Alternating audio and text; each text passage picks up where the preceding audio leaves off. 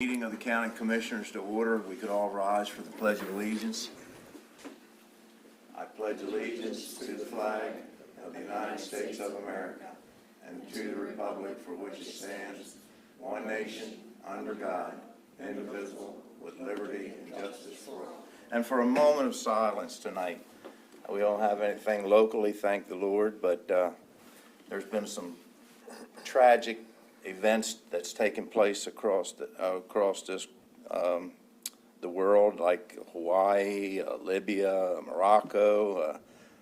Thousands of people have lost their lives in the last month, and let's just hope that, say a prayer here and hope things get better in the future.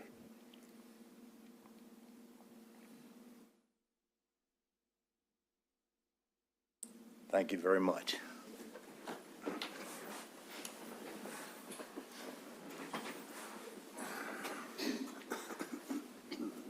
Time is allotted at the end of each meeting for the commissioners to receive comments from the public. We have some consent items. We have regular session minutes dated September 12th, 2023. We have liquor minutes dated September 12th, 2023. We have closed session minutes dated September 12th, 2023. We have Betterton Still Pond Lions Club, a combined gaming device raffle, November the 4th, 2023. I'd entertain a motion. So moved. Got a motion, do I have a second? Second. Motion and a second, all in favor say aye. Aye. Aye. All opposed, the ayes have it. Then we have a special Class C license. Application's been made by the Betterton Still Pond Lions Club for beer and wine on November the 4th, 2023. Being that this is an application for an alcohol license, it needs a public hearing. We will consider tonight that public hearing. If anyone would like to speak for or against that Betterton Lions Club's gaming device, or excuse me, Betterton Still Pond Lions Club's beer and wine application, feel free to do so at this time. There being none, I'll entertain a motion. I'll make a motion to approve the special Class C per diem liquor license application for the Betterton Still Pond Lions Club. Second. I have a motion and a second. All in favor say aye. Aye. All opposed? The ayes have it. I'm going to go a little off script here. I think we have a group of people that would like to speak to the commissioners, and I don't want you to have to sit here all night. If you'd like to do it now, we'd be glad to hear you. Feel free to come up. Give your name and address, and the floor is yours. My name is Bob McGinnis. I live at 26795 Mallard Road. I'd like to address some issues that took place this last Saturday at the Old American Legion, which is Menards Dreams Alliance right now.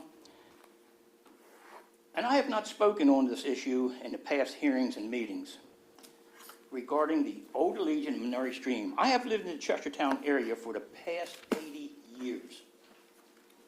I have attended many functions at the Legion since it opened in 1958. Dances, dinners, and all types of meetings. I am a member of the Post 36, being the first Vietnam veteran who joined in 1966. I have lived on Mallard Road for the past 24 years. Never once have I encountered anything like this past Saturday at Menards Dream. Music was so loud, people in Queen Anne's County, across the river, wanted to know what the hell we were doing over here in our area. One of the requirements for the liquor license states that there should be no unnecessary noise or disturbance that can be a nuisance to the community that shall occur. That's part of the liquor license that they applied for, and you all let them have that. That's one of the facts that they had to meet. Shouldn't have never heard that. Shouldn't have heard that.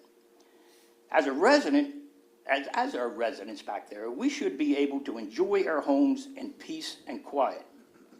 have never had this issue in the past, the whole time that I've ever lived there or in the whole area of Chestertown. There has to be a limit set and strictly adhered to, which supposedly they were. We were at the last meeting, and I think Commissioner Price told them that they needed to adhere to the different regulations that was required. There has to be a limit set and adhered to. I think Judge Murphy made a very fair ruling on what could be done at this facility. It is not a commercial facility. It is zoned CAR, Critical Area Residential.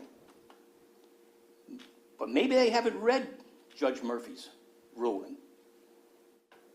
Or it could be, like they said in the past, they can do anything they want. And yes, they have said that in the past. I'd just like for you to do something to curtail this type of activity, and then I'm going to thank you for your time and consideration. Thank you. Anyone else? For your-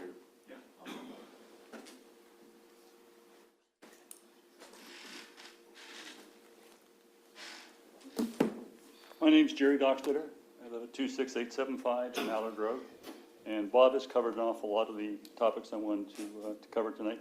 But I wanted to acknowledge the fact that we did have Commissioner Mr. Price come out to the event and listen to it and dialogue with myself and a couple other people, which I appreciated. Also appreciate the fact that we had the sheriff attend. I'll go on a little bit further with that and say I was a little bit disappointed that in the last commissioners meeting, the sheriff's department said that they would have people out managing the event to make sure that there was no events as we called in and complained. When I called in at about 12:30, 12:45, we'd not seen a sheriff's car out there for the entire event to that date, and the music was already rolling and carrying on. So, secondly, in that context, when I had the opportunity to talk to the police officer that came down, it appeared to me the commitments that had been made here by the sheriff's department that they would have people attend, they would be aware of all the events that were going on, and the fact that they had to keep the noise level under. This young man, I believe his name was David, but I'm not sure on that, did not appear to be cognizant of all the events that went on. So I'm just suggesting to you that in future events like this, if a commitment is made from the sheriff's department, I think making sure that the officers who attend a function like that know all what's going on. So that was the couple of key things there. Let's see. Well, let me, Sure. that there is certainly a legitimate request, and if we failed to notify them, then we apologize for that, and we'll make sure that doesn't happen in the future. Thank you for that. I guess the other thing I wanted to touch on, and Bob did touch on a little bit, is it claims pretty clearly in the liquor licensing laws that they have to be no loud noises. They cannot go overboard. I didn't have any means of measuring how loud the noise was. But again, as Bob said, my wife and I came downtown Saturday night in a restaurant, and people from the far side on Queen Anne's County came up to us and said, "What the blank did you guys have going on over at Menards Dream? It was that loud, we could hear it inside of our homes." Was that, when you said, I believe I understood you to say that you stopped by there at 12:30 or 12:45 or Yeah, something? something like that. At AM or P? That would be PM. So just after lunch, they'd gotten I got rolling, you, and okay. they were that loud already. So they got rock and rolling. But I guess the message I'm trying to communicate here. The other thing is, what I really want to drive home tonight is that Menards Dream had made a number of commitments to us as community members, to you folks as commissioners. And, one of the other ones they said is we have off-site parking. And I will concede that I did see a bus going up and down the road a couple of times. If you have off-site parking, why in the Lord's name would you have two people in your driveway directing people where to park on your property? It was a plan, it was a strategy, and it was a miscommunication to you as commissioners and to us as citizens. These folks are not standing forward, providing us with the commitment they've been asked to make and have made. And it's my interpretation, I'd like you to look again, like at Judge Berkeley's readings, they're not living to his rulings.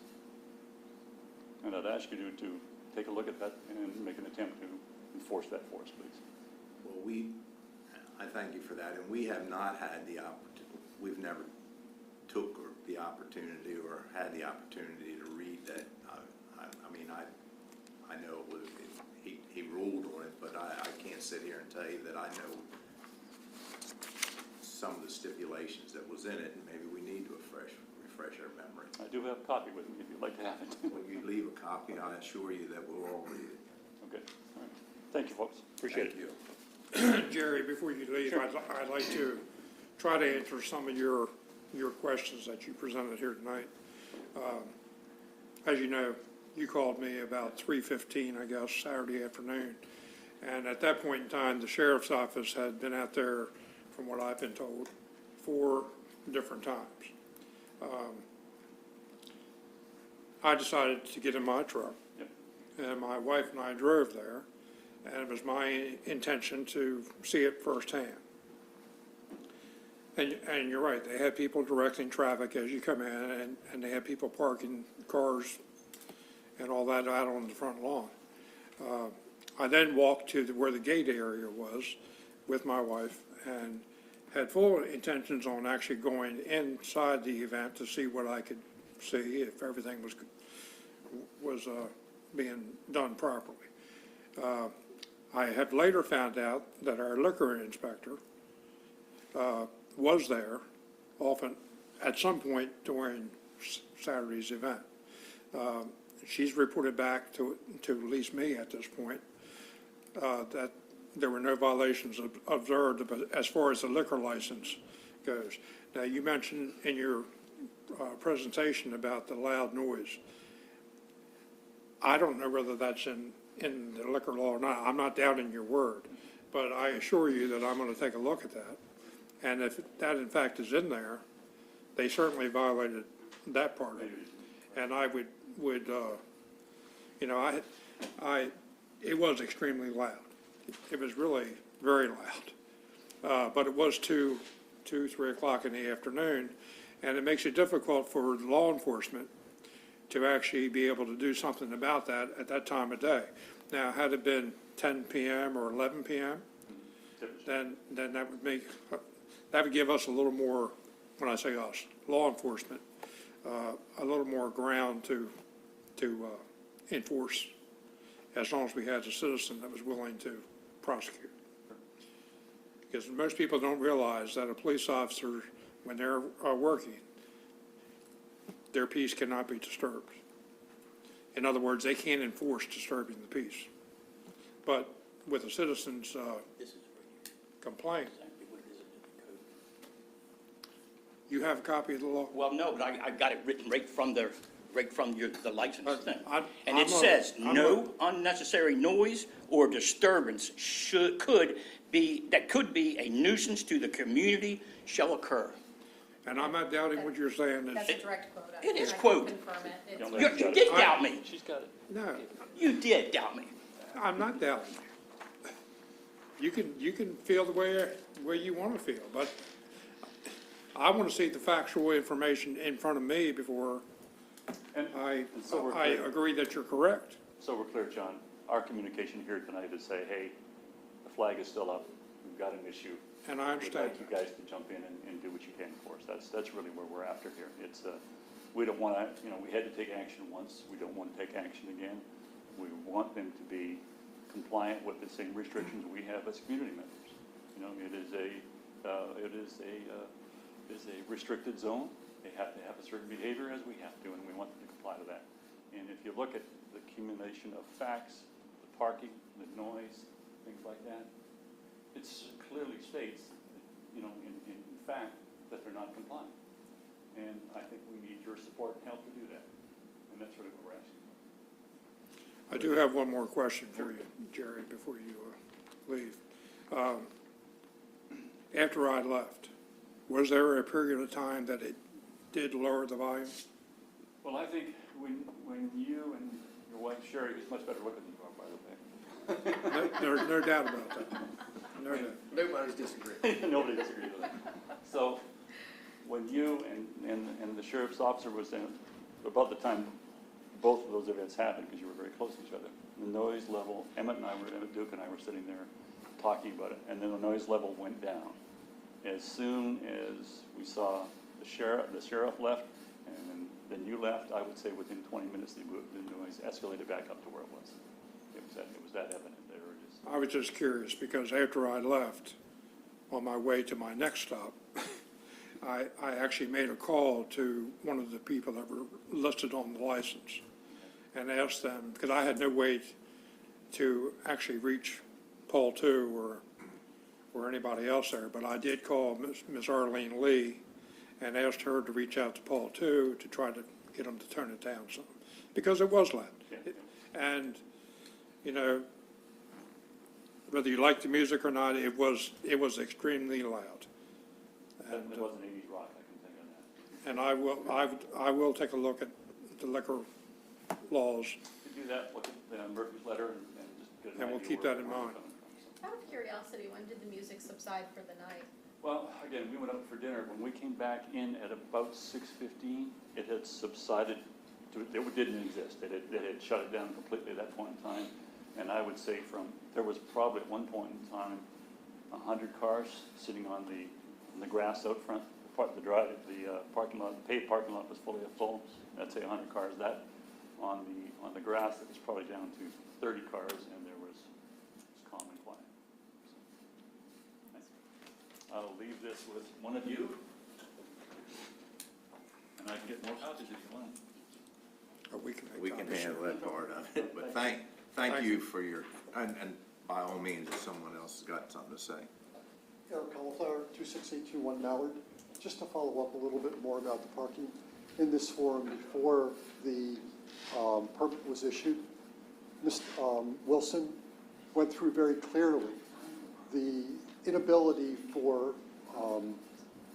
attendees to park at the site, that they were all to park remote, that there was only sufficient space for food trucks, her staff, and the vendors to park on the site. They had a generous, I think was her term, I might be off, neighbor to offer parking at their lot. None of those things happened. There were at least 100 cars parked on the grass. It was interesting because it was very orderly. They had an attendee directing them where to park. This was not ad hoc, impromptu. This was planned this way. Now, I don't know what happened at Dixon. I didn't see it. I can only tell you what I'm seeing, kind of the truth. Let your eyes tell you the truth. That's what I saw. So, as for the language on the noise, I believe that was page 15 of the 829 agenda, which has the permit application following. So, thank you. Thank you all. Anyone else? Dr. O'Connor, I also live on Mallard Road. I concur with everything that's been said here. I was not present at the house that afternoon. My significant other was, and she initially heard the window shattering and shaking. She thought it was Aberdeen. Turned out it was this party. She was very concerned. She went outside. She spoke to the officer. She did call him back, and he said apparently he's not coming back, whoever that was. I didn't get a name. Couple things. Who checks IDs when they're serving alcohol at these functions? It's supposed to be somebody associated with the application or Do they check 100% like they do in regular bars? we don't know that. I mean, we hope that's the case. And now if our inspector had went out there, she would have been the one to make sure that things were, that the alcohol was being governed properly. And she reported that from what she saw, everything was orderly. But when you have a group of that large, you know, you'd have to have somebody sitting there the whole time. You have to believe that they're doing it right. with all of these one-day liquor licenses, you have to take that into account, but then if the inspector goes out there and finds it's not that way, then that's when we can do something about it. I appreciate that. Well, I've only been there about 2 years. This whole process with Minery Dreams started before I came, and that's when apparently the conflict started. I would like to deflate the conflict somehow. What disturbed me was I heard through the grapevine that a comment was made about the residents of Mallard Road that were all racist. I took that to heart. Sure. I've been serving this community 38 years. You guys know me. I don't So- take it that way. We don't take it that way. I took that to heart, and I had to renew my medical license recently, and I was required to take implicit bias course. And I think perhaps the commission should consider requiring Minery Dream to take an implicit bias course of some kind, or negotiate some arbitrary panel where we can sit down and deflate this whole situation, because I can see it escalating. Thank you. I will mention this to you, Dr. O'Connor. When I went there to the gate area, they were checking people going in there. I can't say that I saw them ask for anybody for a driver's license or whatever, but and most of the people that I saw going in were obviously over the age of 21. It was pretty evident that they were over the age of 21.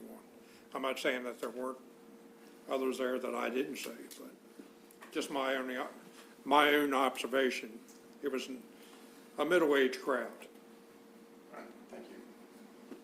Emmett? Good evening, ladies, gentlemen. My name's Emmett Duke. I live at 26925 Mallard Road. I've been living there since 1995 with my wife, and for the last 3 years, my 97-year-old mother-in-law, who has a bedroom on the front side of my house facing the street in Manery's Dream. She called me in there and she says, "What is all that noise?" I said, "I don't know, but I'll find out." So I walked out front, and there was a policeman, a county sheriff deputy, I assume, was there right in front of my house, listening to the noise. Can I play some noise for you? Sure. Well, I turned it on when he was there, and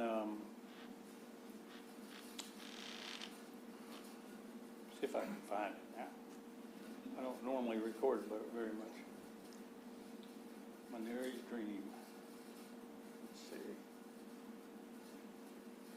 I would make a joke about you not knowing how to use that phone, but I'm worse than you are. I'll just let that go. It is a joke. Just- Maybe you could call a timeout here. All right, let's see. I may not be able to play this sucker. Oh, God.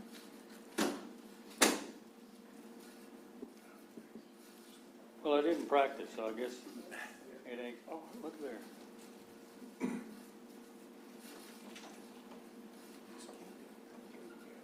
Apparently it's playing, but I have it on mute. Okay, take my word for it.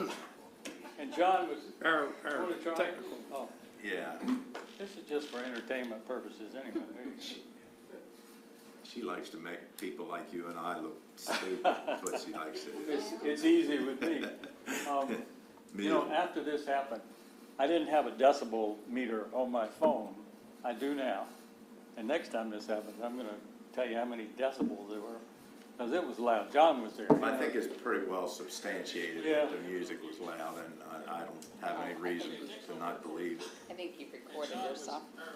Oh, I recorded myself standing here, excuse me. This is just for entertainment purposes. Know how to do it. Okay, Well, it's got the entertainment purposes, right? thank you very much. Sorry about that, gentlemen. County Commission.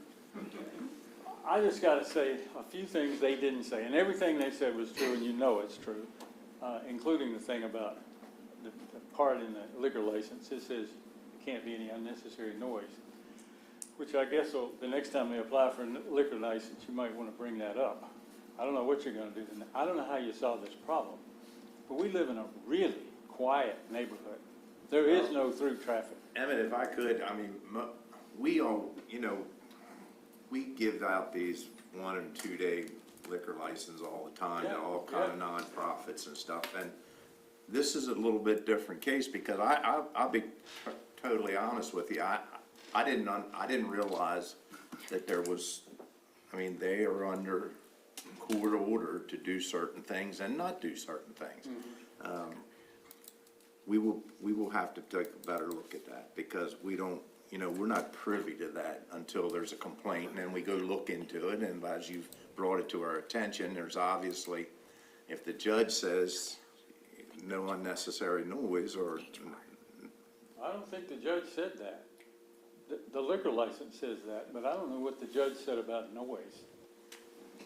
I don't know either, but we're It's hard gonna, for me to remember, but you know, it's in writing somewhere. we'll pay better attention to it and we'll certainly, reiterate the fact that, you know, you gotta try to contain that noise to your property and not bother your neighbors. Well, they've got a planning commission application that's gonna be coming up, I mean, a planning department application.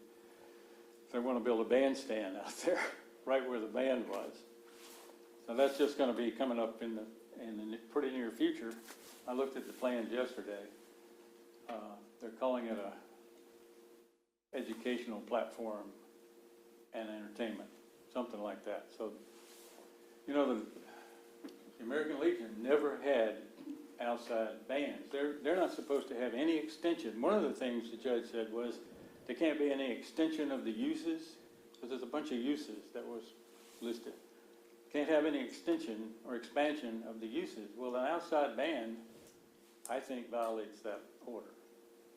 It'll be interesting to see how the planning commission handles it. Right, sure will. Well, And I look as a teenager and stuff, I've been to dances out there, but it was always held inside the building. inside, right? Yes. I'm not sure they could have gotten all these people inside. That's a pretty big room downstairs and upstairs, but there was a lot of people there. And that band would have just been awful inside. It was awful outside. I would have hated to have been inside with it going on. So I won't keep you all night. I thank you for listening, and thank you for giving us the opportunity to speak to you like this. Anytime. That's for sure. I am looking, thanks to Mrs. Heller here, to the alcohol beverage article in code. And it clearly says here, number 4, no unnecessary noise or disturbance that could be a nuisance to the community shall occur. So I thank you all for bringing that to our attention because I did not know that was in there. And I'm glad that I've been able to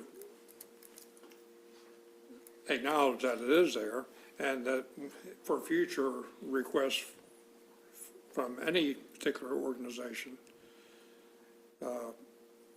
I'm assuming and I'm asking a question here.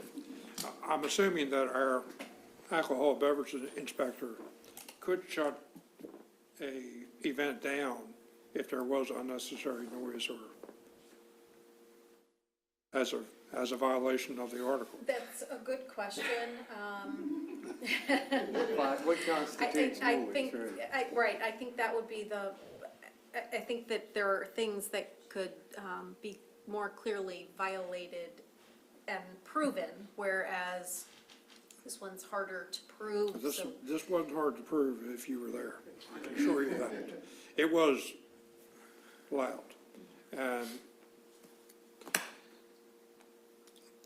annoying to some folks, and it probably would have been annoying to me if I lived where these folks lived. Because I was there. I was at the intersection. Yes, I had one more statement. When the deputy sheriff was in front of my house, I talked to him, and it was pretty loud.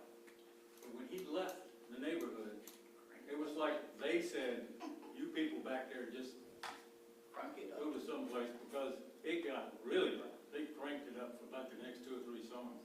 They were just telling us to shut up and let them do what they want to do. It was obvious. Several of us noticed. Maybe everybody noticed it. I don't know. When you left, the same thing happened. It's almost punitive at this point. That was punitive, yeah.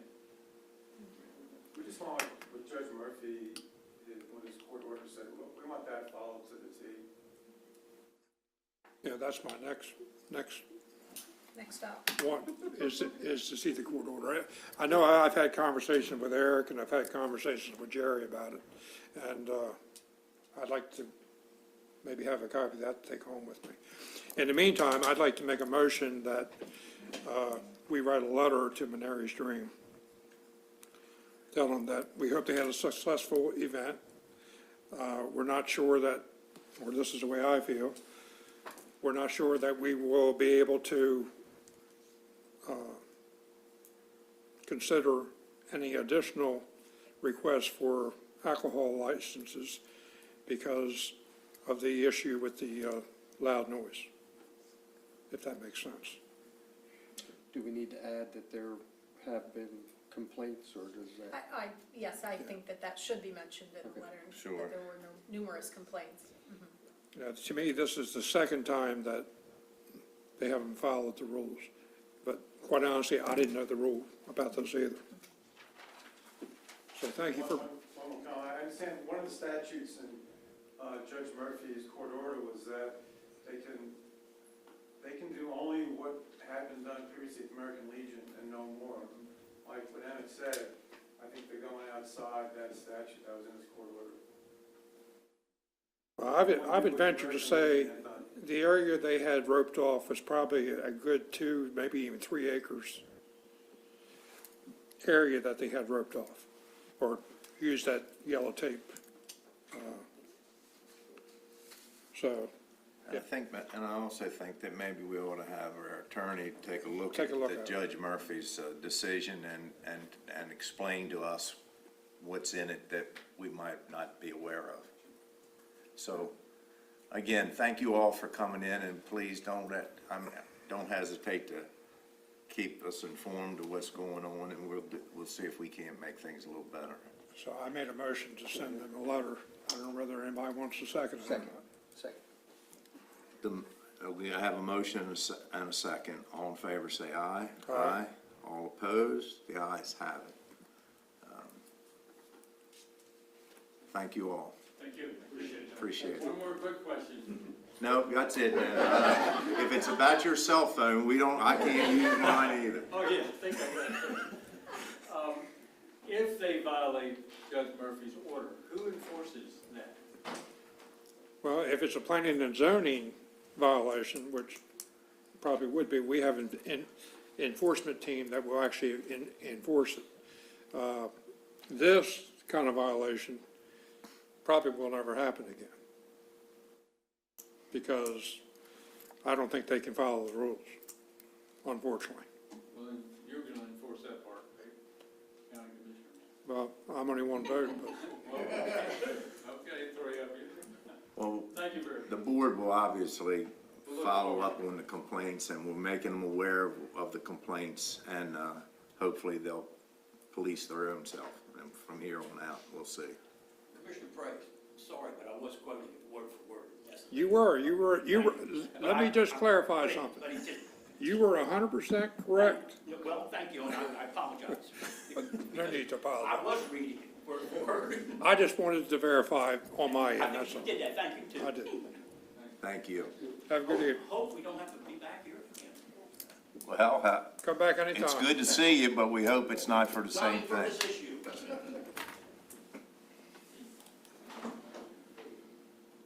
Okay, now I guess we go into have to have a motion to go into legislative session. I'll make a motion that we go into legislative session. Second. Got a motion and a second. All in favor, say aye. Aye. All opposed? The ayes have it. Jamie Williams, we have a couple items with your name attached to them. Okay, let me see which one we're doing first. 3. Arts and entertainment. Thank you. Okay.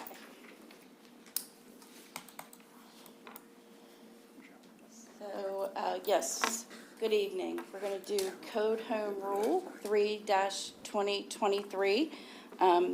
And this is the Arts and Entertainment District Property Tax Credit. And this is to authorize a tax credit for certain business entities that improve property, expand property in the Arts and Entertainment District in Kent County. And this legislation was introduced on July 18th, and the public hearing was held on August the 8th.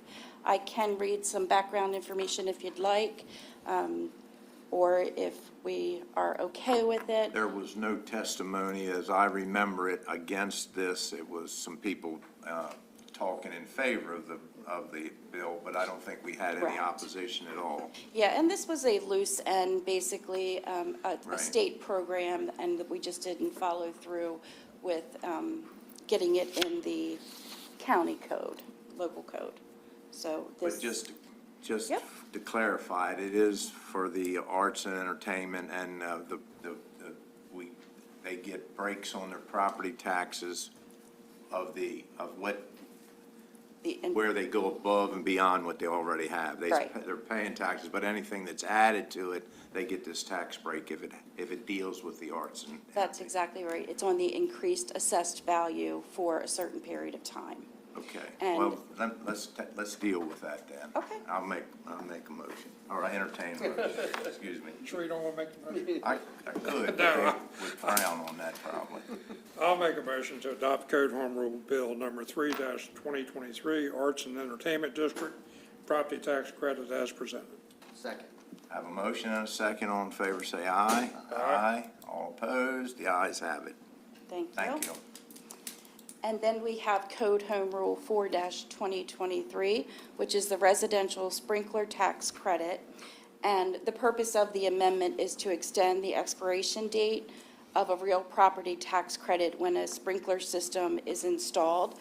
The public hearing was held on, public hearing was held on August 22nd, and it was introduced on August 1st. And I have some notes on this. It was a 4-year credit, and we're asking for a 4-year extension. This is to assist with affordable housing being a major issue in our community, so this helps alleviate the cost of a new home in Kent County. Very good.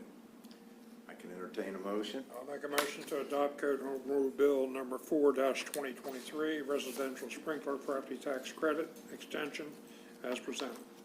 Second. Got a motion and a second. All in favor, say aye. Aye. All opposed, the ayes have it. Thank you. Jamie, before you leave, I want to thank you. I got a call from someone dealing with St. Dennis Church in Galena about was it a grant they were going to receive? It's designation as for the Maryland Historic Trust. Yeah. And they want to be on the National Historic Register. And it had been held up for a couple years. Couple years. Yeah, Yeah. and I contacted Jamie, and she got in touch with the people, and I think we're moving it along now. We hope. We have it marked on the calendar to follow up again on the date that they told us. And, I have to thank Gail Owings for pointing me in the right direction.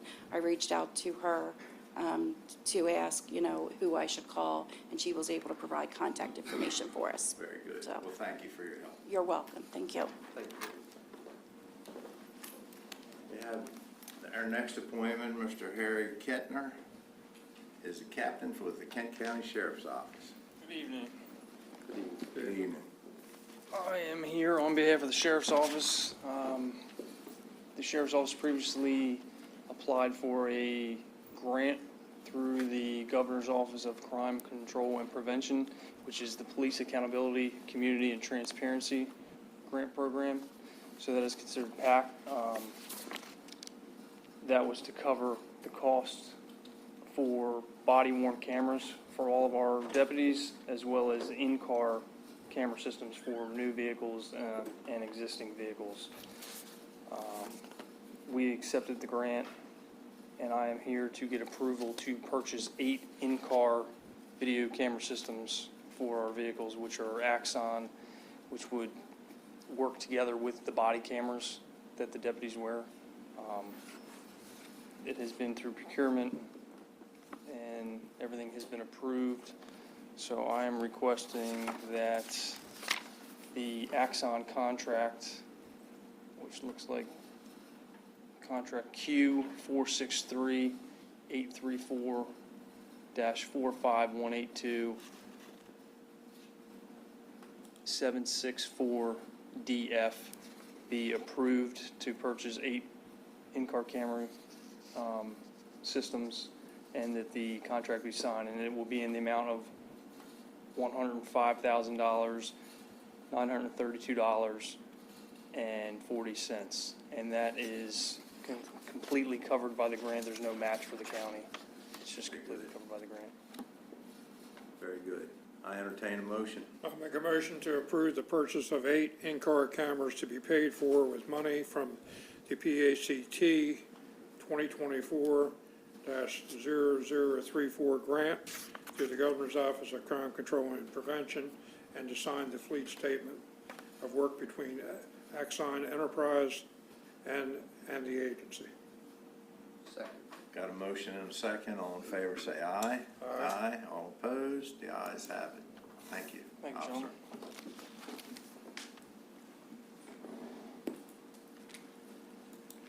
Public Works Director,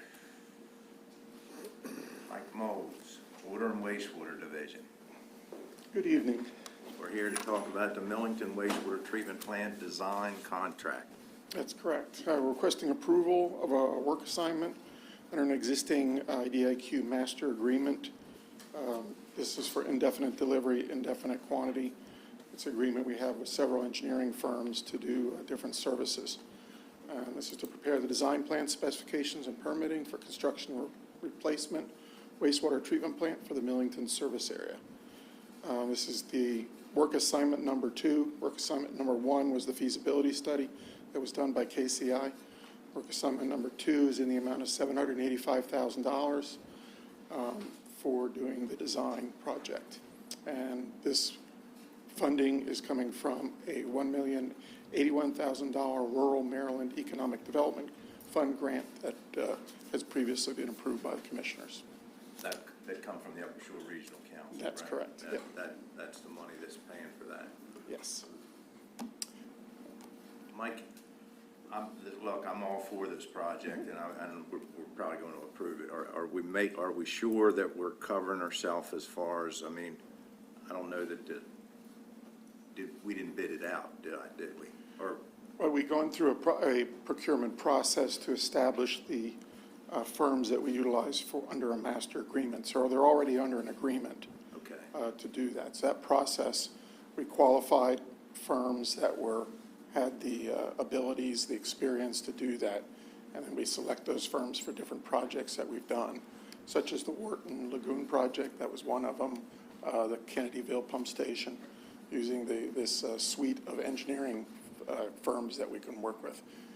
Because of the number of grants that we've gotten, this process was put in place, and it's used by the state of Maryland, a lot of other governments, to be able to meet the demand for those type of services. I'm only asking the question because a lot of eyes looking at this project up there. I want to make sure that we're doing it the way we're supposed to do it, so we don't have to answer later. So thank you for the explanation. It's basically a short list of approved engineering firms. They've already gone through the bidding process up front, and their assets, their specialties have been identified up front, and that way, when we need them, we've already been through this competitive process. If you all say so, it's different than if you're satisfied with it, I am as well. It's used, it's widespread use with government to be able to move things along and get that qualified personnel. There's anything we can do to move things along a little quicker is a good idea, because they make it slow as it is, so I appreciate that. I entertain a motion. I'll make a motion to approve work assignment number 2 in the amount of $785,000 with KCI Technologies under an existing IDIQ master agreement to perform design services for Kent County Regional Wastewater Treatment Facility project in the Millington service area. Second. Got a motion and a second. All in favor, say aye. Aye. All opposed? The ayes have it. Thank you. That's all I had. Mike, I do have one thing I'd like to request. I was speaking with a citizen who lives on Rosedale Camry Road, where the speed limit currently is, I think, 50 or 40. Anyhow, they requested that we maybe do a study there to see if the speed needs to be lowered. They're saying there's a lot of speeding issues out there. Okay. Is there an address at that one? Because we can look at where we place it. If it's a whole stretch of road, we'll look and evaluate that if that's a concern in a particular area. I don't have an address. There's Middle of the road? probably, Two-thirds of the way yeah, down. probably Two-thirds. two-thirds on the right. He lives on the, Two-thirds of the way I down. think he from- spoke with Commissioner Nickerson also.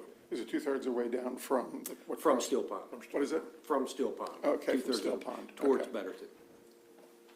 Okay. Yep, we have the equipment to be able to do that. We've got a request for someone looking for a speed bump. So before we respond to that, we want to do a traffic study to see what the speeds are before we make any recommendations. But we bought that equipment 4 or 5 years ago to be able to get those kind of answers.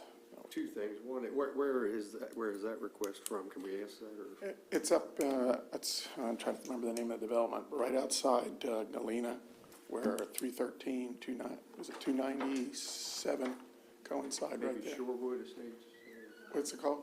No, it's the, Great Neck. Yeah, no, it's not Great Net either. I can't remember. You got me off. But, Somewhere out there. yeah, it's somewhere. It's a one-lane road that splits off, and then a lot of people use it as a shortcut to do the connection to it's either 290 or 313. Gotcha. In that area in there, but we want to provide verifiable data to see where things are. And we can count traffic, we can count vehicles, we can even determine whether those vehicles are tractor trailers, those kind of things. So it's been very useful. And when we don't have those requests, we've been slowly going around and placing that around the county to try to get some good background information in terms of how many of the roads are used and everything. And the sheriff's office has had that data also to be able to do enforcement in the past too. And thank you for, you took care of that issue down in front of Waterman's, with those two speed bumps. It seems to be helping. Have you tried them out yet? No, I have not. I saw them the other day when I was down there. No, but one of the culprits that was responsible for the speed bumps being put there, he didn't know they were there the first time. And he had a few choice words for us, but I said, we told him that's why they're there. Okay, good. Anyhow, but, and it's served its purpose. It's working well. Is it? And it's Right. slowed things down, and Waterman's Crab House is real pleased Yeah, very that they're appreciative. there. Very Okay, appreciative. thank you, good. I know I brought this up last, a couple weeks ago about Turner's Creek. It was last meeting. And we're looking into, I mean, do you need for us to make a decision what we're gonna do with this? I was thinking of bringing it for the next meeting coming up, That's fine. because I just came today, my other quote in terms of it, so I finally got 2 that didn't respond and 2 that did, and I had talked to Shelley this morning just to clarify how we would set a contract up with it. So I'm trying to get that stuff nailed down. but Okay, The idea is as long, if you're working on it, that's fine, that's. If you don't, how is the contract, what are we doing in the contract? Contract is to demolish the building.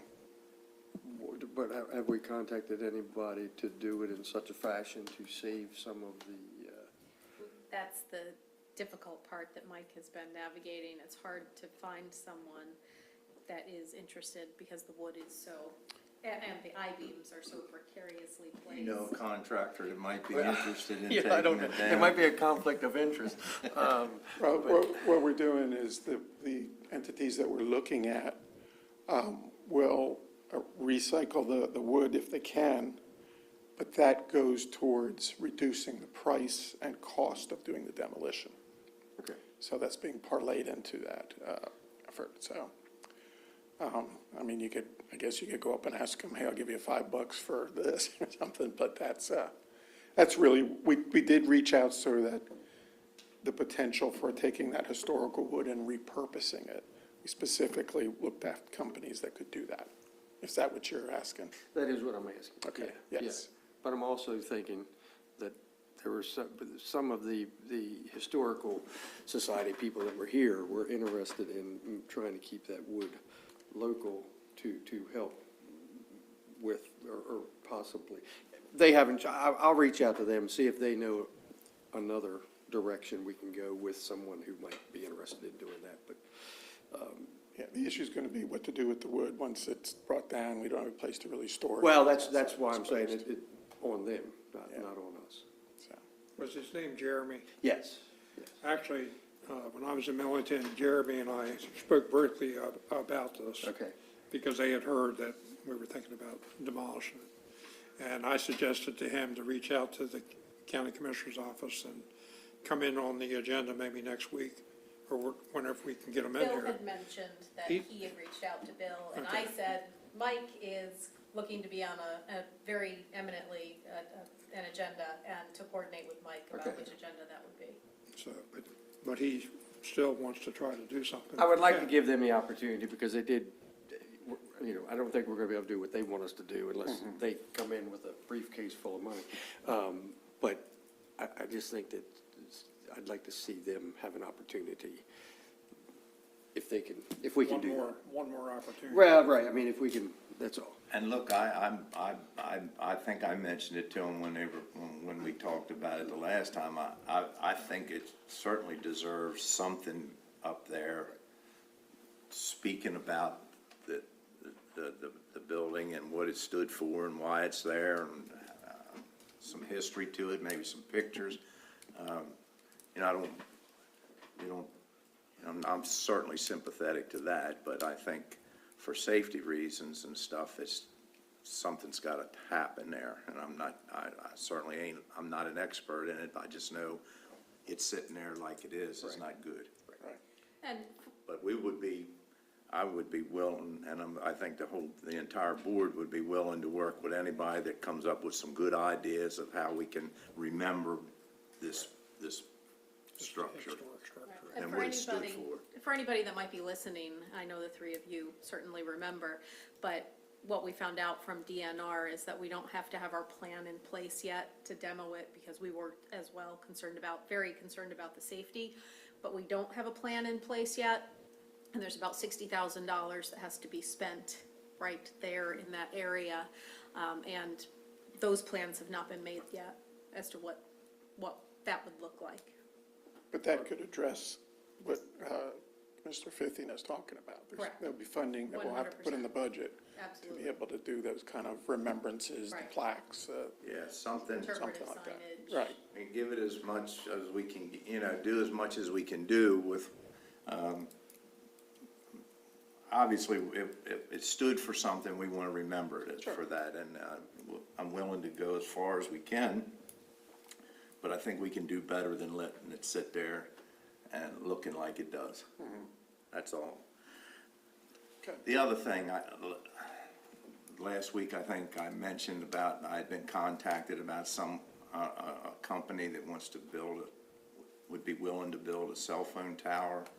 Yes. If we could find them a 60 by 60 foot piece of property. First thing that come to my mind was the Ag Center, maybe putting it back in one of those corners. Obviously, it's always been said that it was given to us by the federal government, that property was, but to be used for parks and recreation or entertainment of some. But seems like to me, if you're gonna highlight that as a place where you're gonna ask people to come and kids and activity taking place, first thing you wanna do is make sure that there's some, way of making a phone call if there's a problem, or for safety reasons. You want to be able to, if somebody gets hurt or something needs to be done, that our cell phones will work, and I assure you they don't there. So I don't know how we want to move forward. I think the lady's going to maybe come in here one week and talk to you, all of us, about it.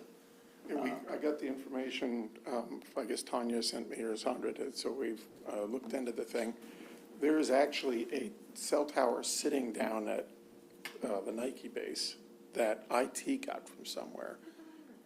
So that may even be something that this group may want to be able to utilize, or reutilize if it still is in condition to do that. Well, I towards think getting it a cell would be a tower. real asset for the Ag Center, and if we could nestle it back in a corner there so where it's not in their way, we certainly don't want to disrupt that. We want to make it better and have some way, communication be better, plus all of the people in Tilechester. The cell phone coverage down there in the estates part anyhow is just absolutely terrible, almost non-existent. First thing with them, they come in and they do a signal check to try to find where the best location. My suggestion, we start at the Nike base, because you got line of sight to the Ag Center, as well as a good section of Dorchester Estates. And then see if they've got a good, strong signal there, and then if that's the case, we can look at that existing antenna, see whether it's usable, and we can certainly find a spot at the Nike base where they could put something in there. Well, should I have her, this lady that contacted me, she would like to come in and talk to us, and you could be here, and from after that, she could deal directly with you, or, Well, what I was going to do was contact them directly, because I wanted to get a look at what get some pictures of the antenna that's down there, and then sit down and talk with her, see where she's coming from as far as how something this would work, and then we can put something together, and then we can both come to the meeting and with, I think, a proposal on what could go, and then from there, now we'll have to nail down, like we do with the stuff that's on the water tanks, have some kind of a lease agreement that would be in there, and then there's language for that would be worked through and stuff like that. So it's a process, but then they would then reach out to the different mobile providers and then lease to them a location on the tower.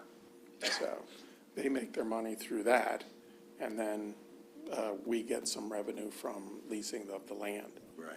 So the question for them will be turning around and reaching out to the different providers to see if they have an interest in it. Through that. In my little conversation with her, she said Verizon would be number one, go on there, and then AT&T comes on there, and then there's another. T-Mobile. T-Mobile, is the other one. that Yep. I have trouble remembering it, but this is what these people do. She does this for, her company does this for a living, so I can almost assure you that they'll check, that spot's probably already been checked out as far as whether it would do what we wanted to do before she ever contacted me, but we'll listen to see what they say. Yeah, the website, they have a website where they show a map and they show all the different locations that they've got that are open for use by these different cell providers as they add them on. So they've been very active on the shore. Something like that down there, in my opinion, would serve a whole host of problems. It would give the people down there some phone coverage and would add, plus there's a little bit of rent that comes out of it. And Yep. Nope, we're following up on that. okay, very good. Thank you. Thank you.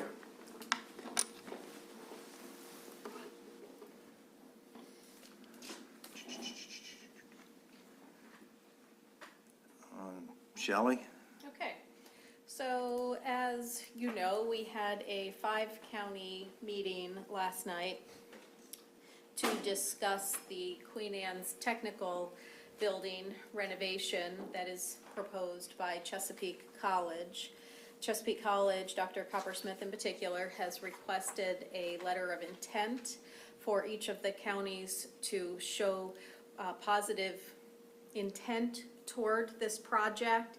As a quick recap, it's an $80 million building, 75% of which would be borne by the state, 25% by the counties, and it would be divvied up by the counties based on the statistics of who uses the college. Our share would be 11% of the 25%, which equates to just under 2.2 million. So for your consideration tonight is the letter of intent.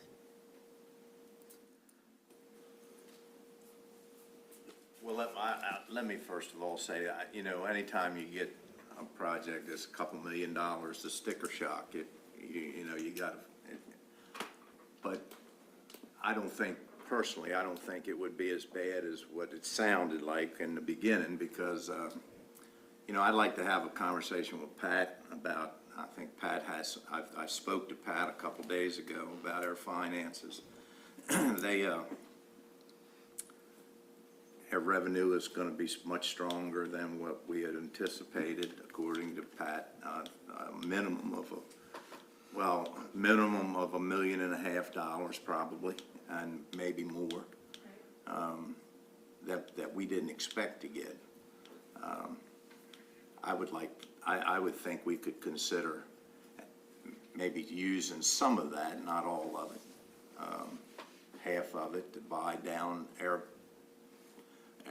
and our payment, I think, would be $180,000 Correct. That's a if- year Right. for 20 years. That's if Queen Anne's County let a bond for 20 years, our portion would be just under 180 per year. That's a 20-year commitment. So if we took some of that unexpected one-time money and paid off some of it, maybe we could get it down to where it would be a $90,000 or so a year added to our budget. And if we go with some of these bigger projects, I don't know that this is gonna help or hurt that initiative. I think it's gonna kind of be, it's not as bad when you break it down like that as when you hear about the $2.2 million. But it's over a number of years, and I would hate to see that project not go because of that personally. Yeah, so, when I came in a couple weeks ago, we're rolling up the preliminary numbers right now. I'll probably have them by the end of the week, but I think they only went up from the $1.5 million. You know, our revenues continue to be strong, but I think this definitely is one-time money. We certainly don't wanna roll this into any recurring costs, so a capital project, and we have a couple of really big ones on the burner too, that we're probably gonna have to borrow for. So, like you said, I don't know. And once we feel comfortable going with doing one of these bigger projects, I don't think that this would stop or start that. No, I think I mean, I think this would be insignificant as far as our decision to move forward with something else. so With if, one of these other projects. yeah, because I think we have one that's stickered around 18 million and one that's, gosh, what is the middle school now?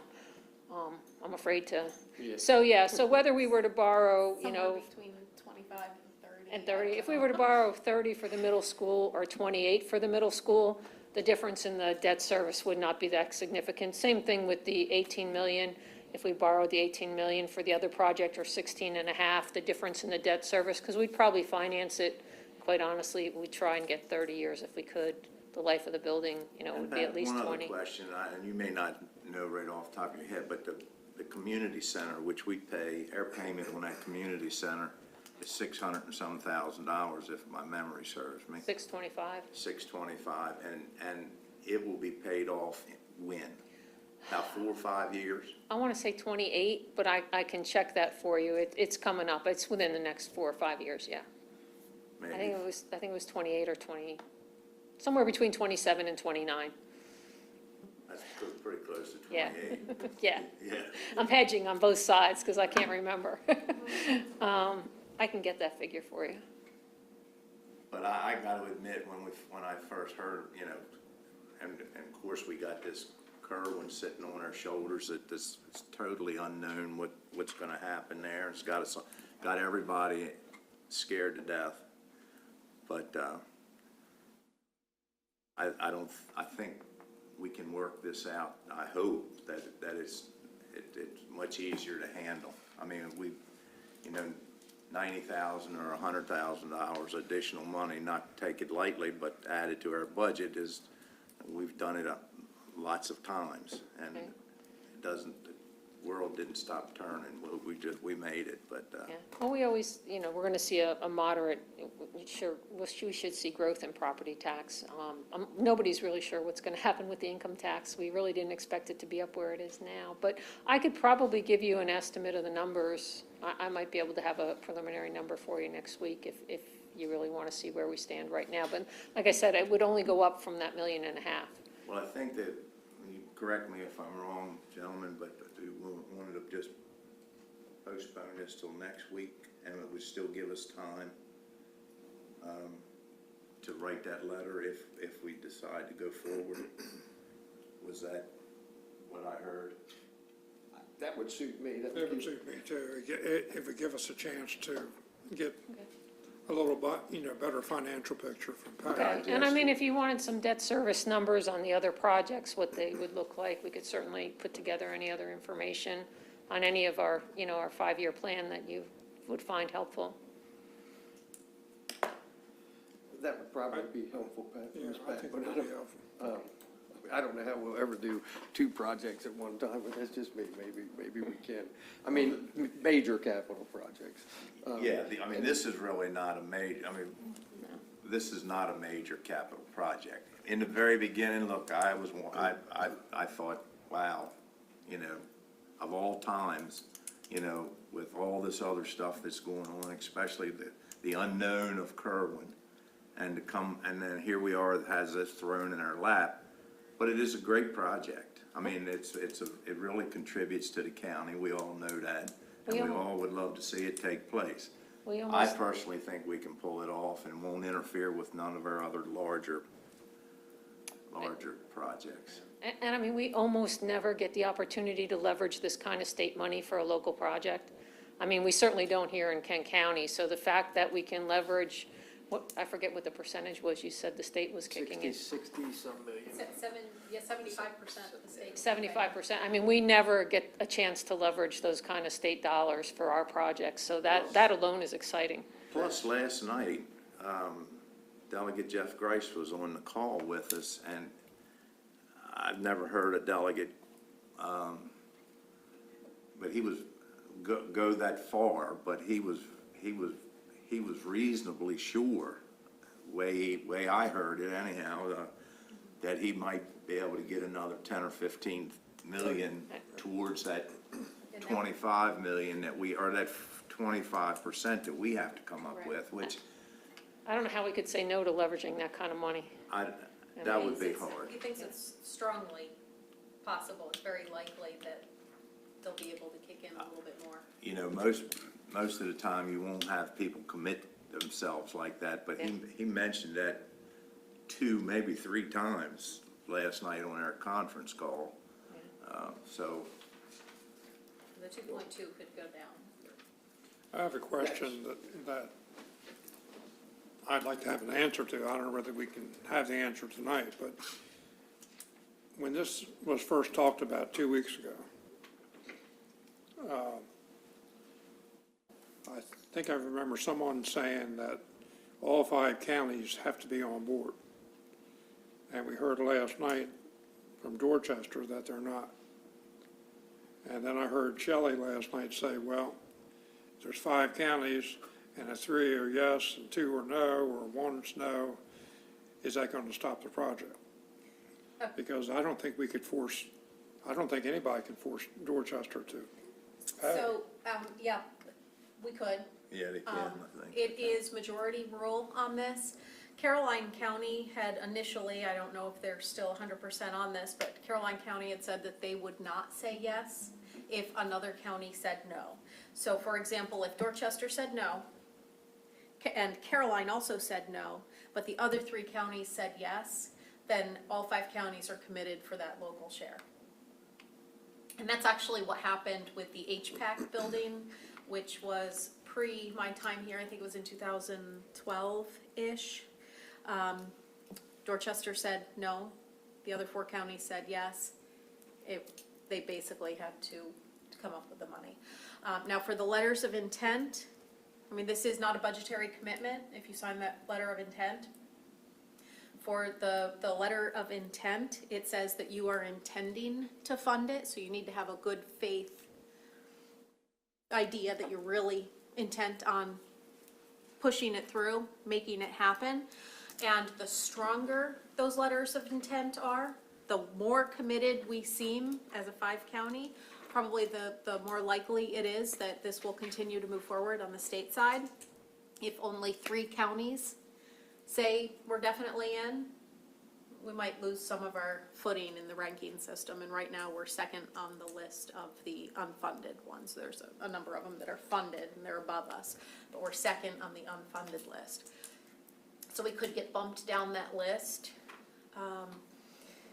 But that's kind of out of our control. That- I mean, we gotta do what we gotta do, and every other county's gonna have to do what they gotta do, but, Correct. And if you got 4 out of 5 counties with a letter of intent and it stayed second on the list of the unfunded, probably it would go through and that 5th county would be obligated.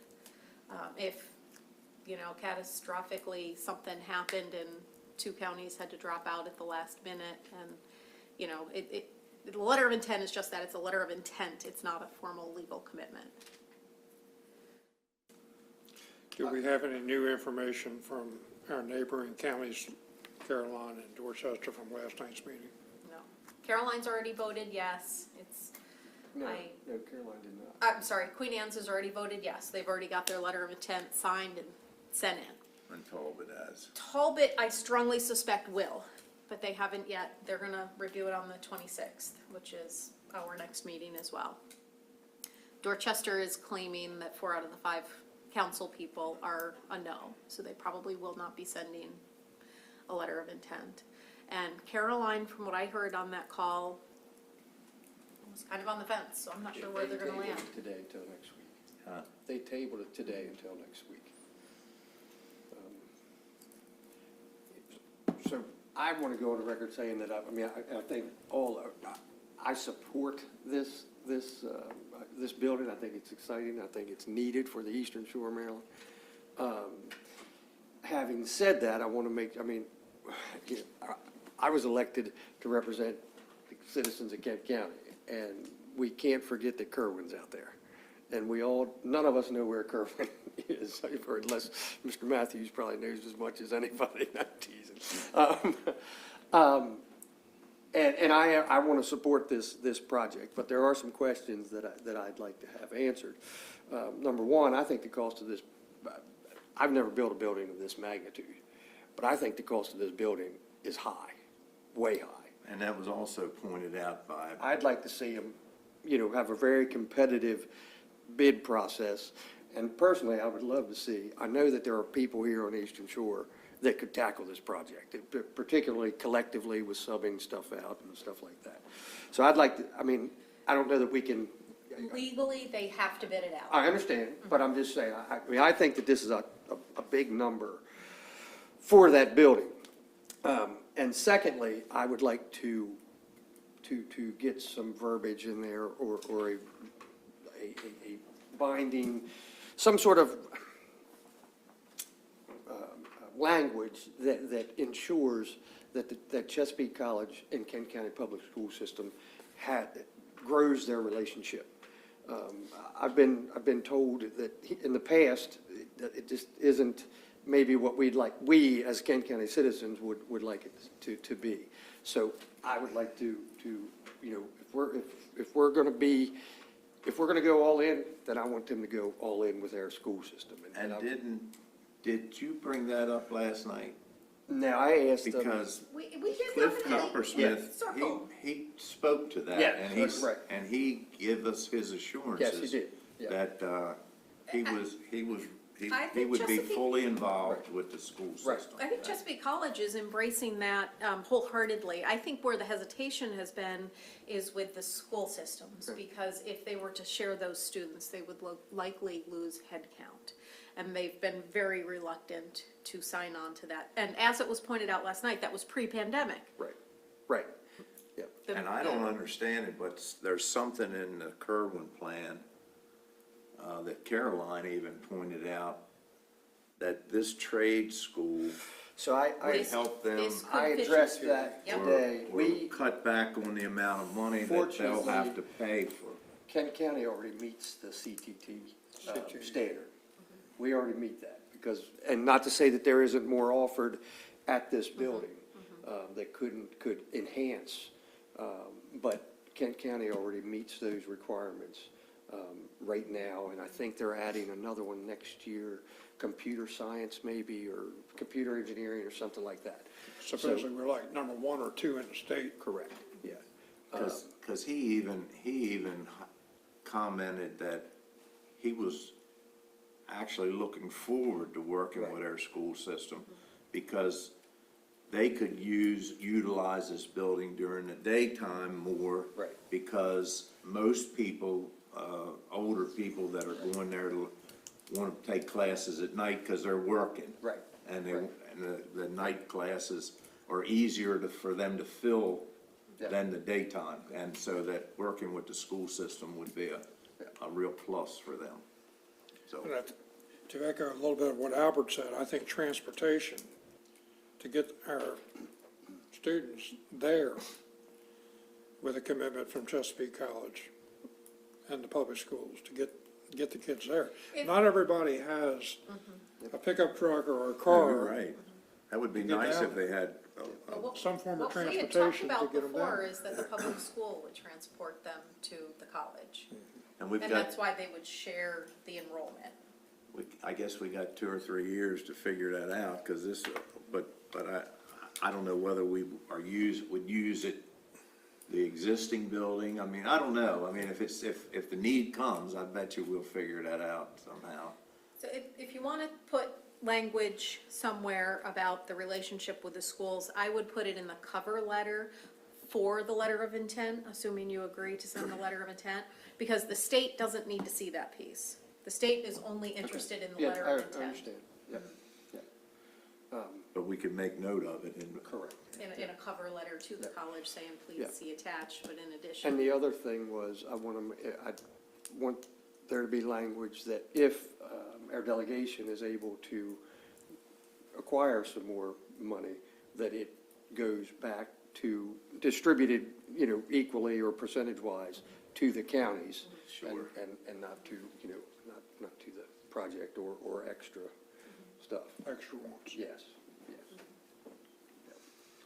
So those are my concerns, and I'd love to, next week when we get a real clear, or as clear a picture as we can get, Ms. Patton. Clear. It's still gonna be preliminary, we're Right. still but we have the roll-up done and But fairly that would, confident. that would Yeah. help ease my mind when, I get a phone call and say, what are you doing? So, but I couldn't echo your sentiments more.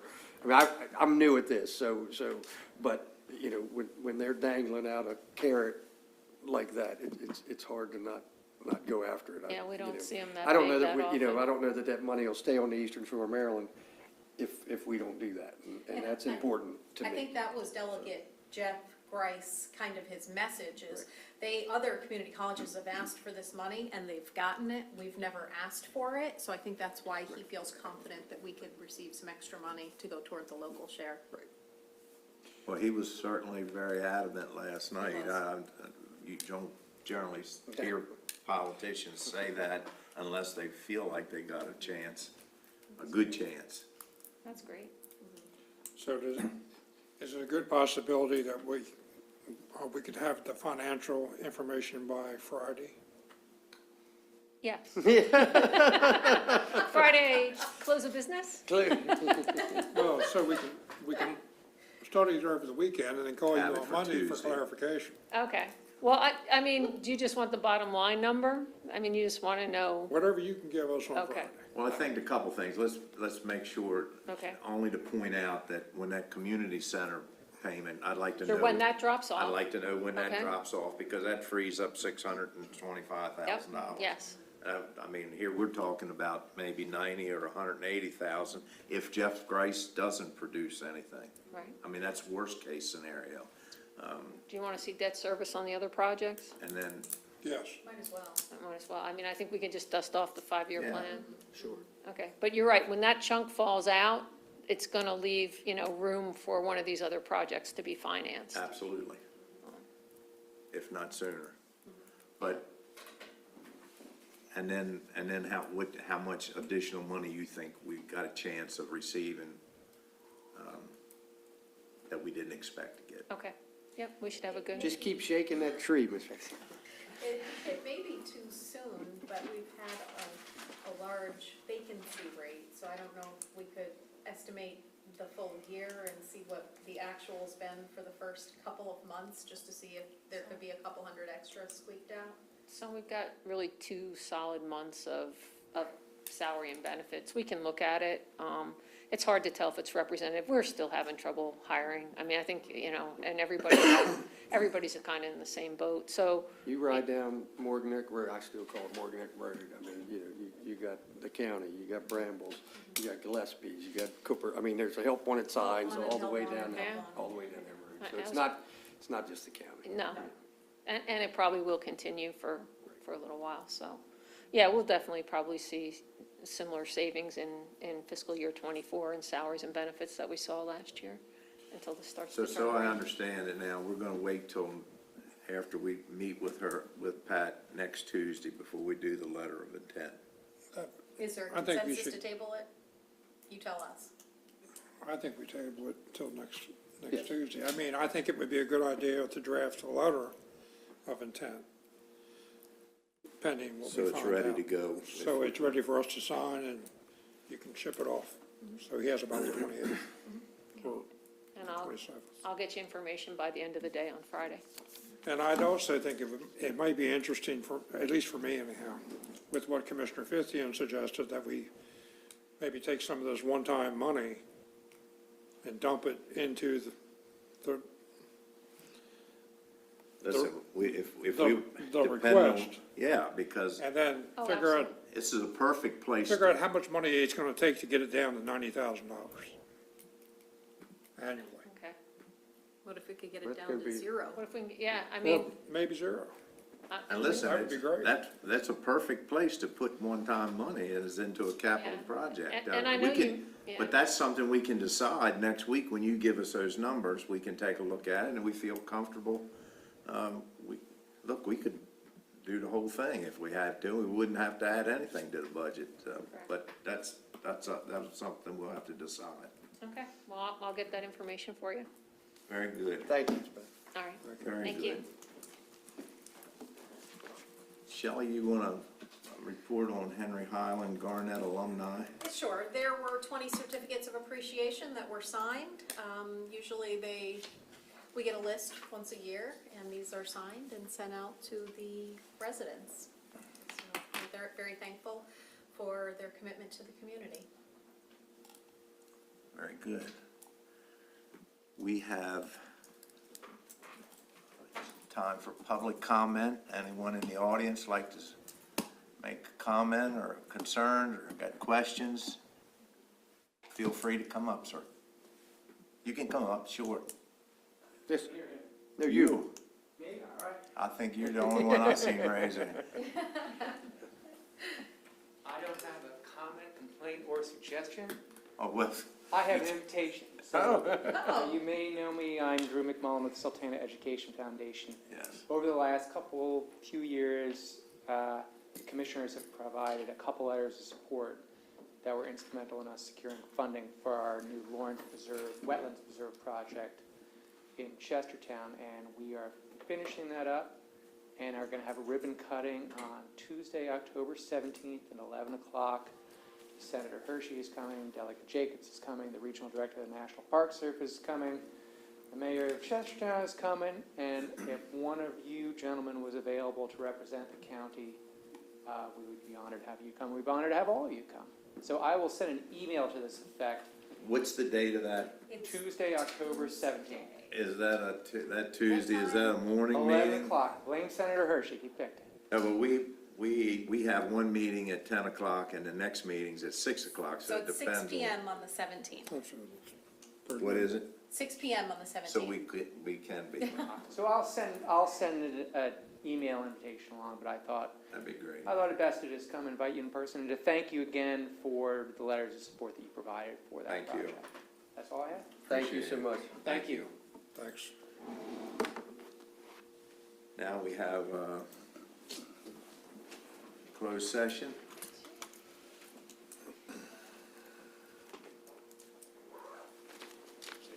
See you guys.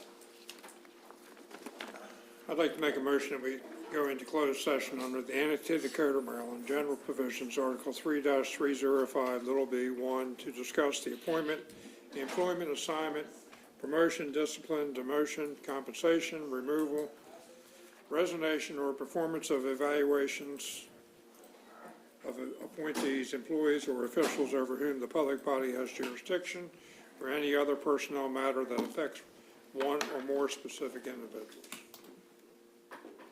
Do I have a second? Second. Motion and a second. All in favor, say aye. Aye. All opposed? The ayes have it. We are in closed session.